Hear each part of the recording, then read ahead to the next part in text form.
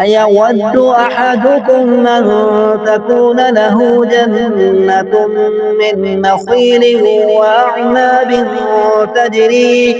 تجري من تحتها الأنهار له فيها من كل الثمرات وأصابه الكبر وله ذرية ضعفاء فأصابها إعصار فيه نار فاحترقت كذلك يبين الله لكم الآيات لعلكم تتفكرون.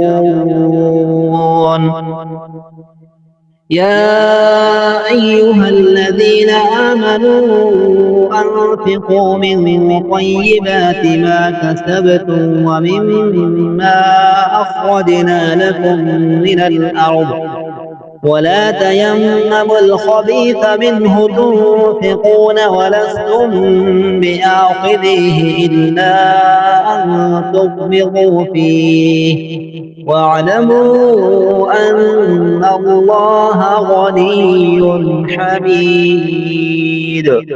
الشيطان يعدكم الفقر ويأمركم بالفحشاء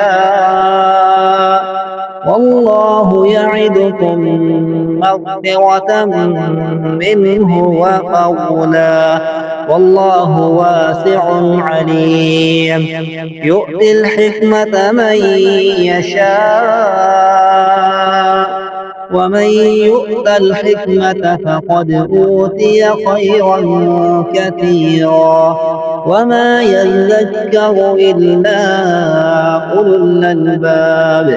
وما أنفقتم من نفقة أو نذرتم من نذر فإن الله يعلمه وما للظالمين من أنصار.